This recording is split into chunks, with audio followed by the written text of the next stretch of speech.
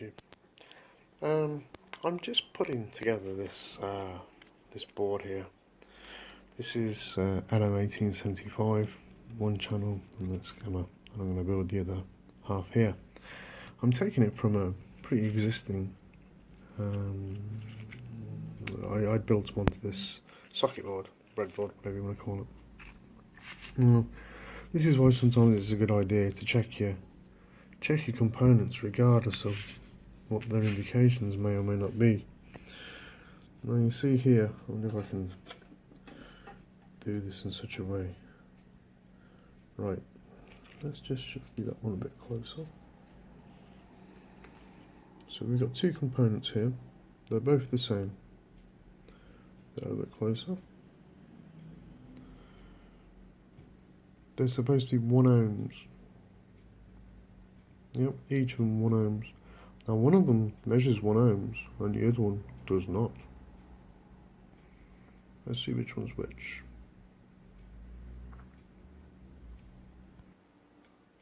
Okay, so I've got to do this a little bit khaki-handed because I've already got one pair of hands. But so if I take this first one, put this onto here, I'll just pop that down and take the camera. So there it is, being measured there. And look at this, 5.4.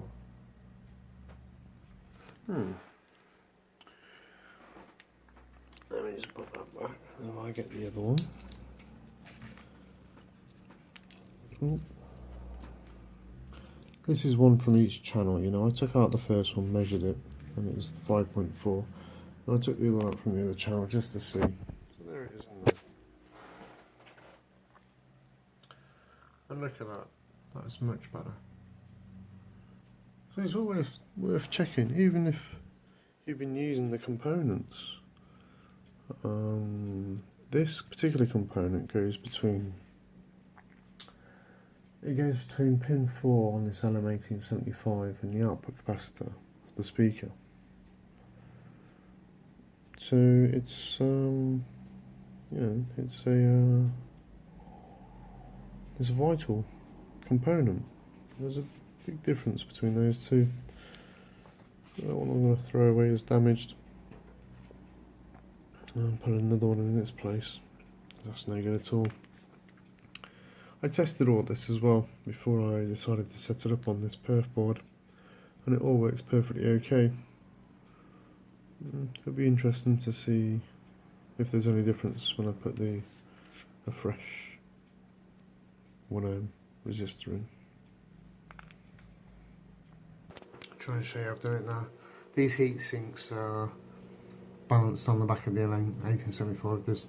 There's no anything holding it to the board, so I'm not going to move the board around too much.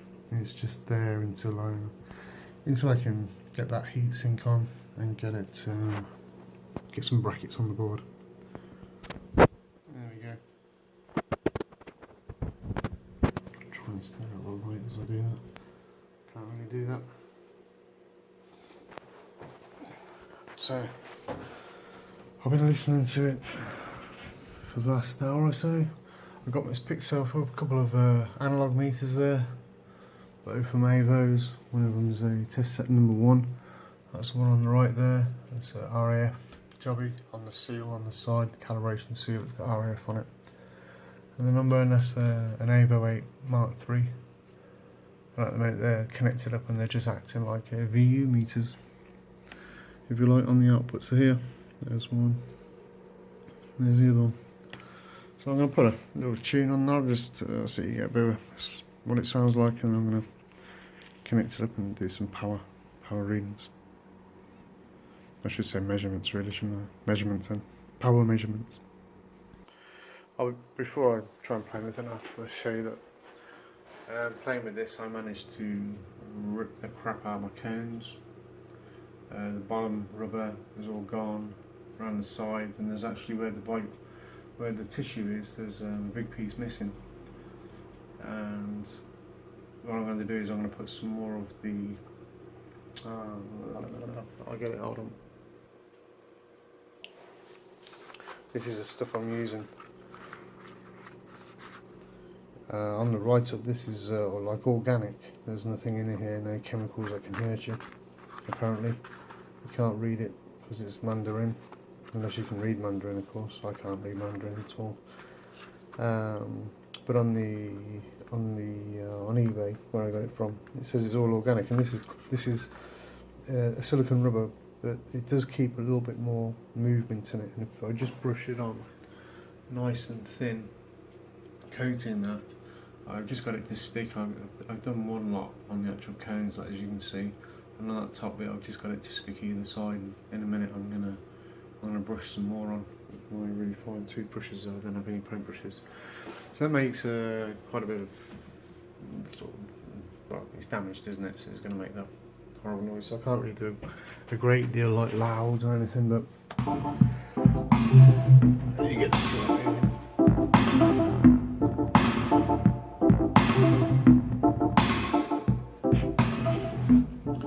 This is probably not the greatest. Song to actually put on with this. Need something a little bit less, a little bit less banging. And you know, I've got to go into the classical stuff for something that's not going to be too much for it. Of course, this is one that we know.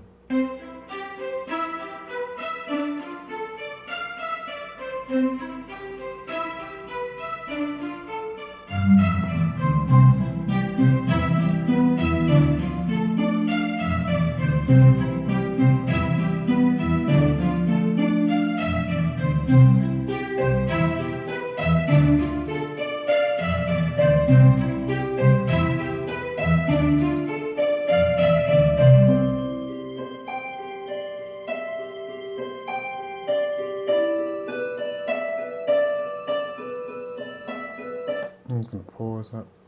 It does sound nice, and it can get quite loud. It can get loud enough to knock quite a few years on what's left out of those speakers.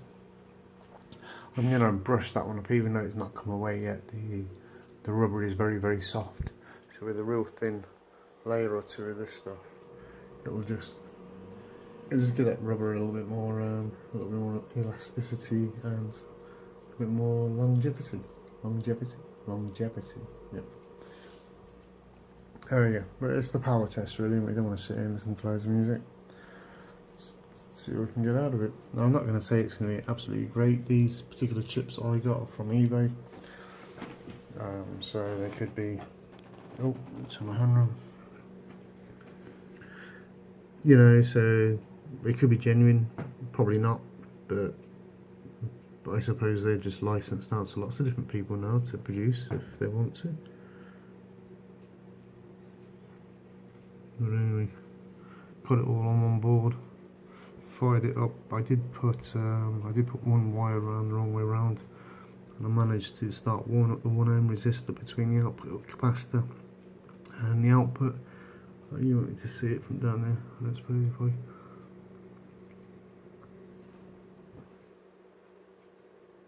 There's the 1 ohm. You see it, look, a bit damaged, but it still works. It's still 1 ohm, so we can live with that. Oh, of course I can't do the zoom. It's trying to redo my hands. So, yeah, I'll do another bit of another track just so you get a bit of an idea for what it sounds like. It does sound really nice. It sounds a lot more. What's the word for it? A lot more. There's just a lot more to it than the other little amp. Alright, we've got that interlude one again, because we know how that one sounds, so I'm not sure what the basic part's going to be like with this, but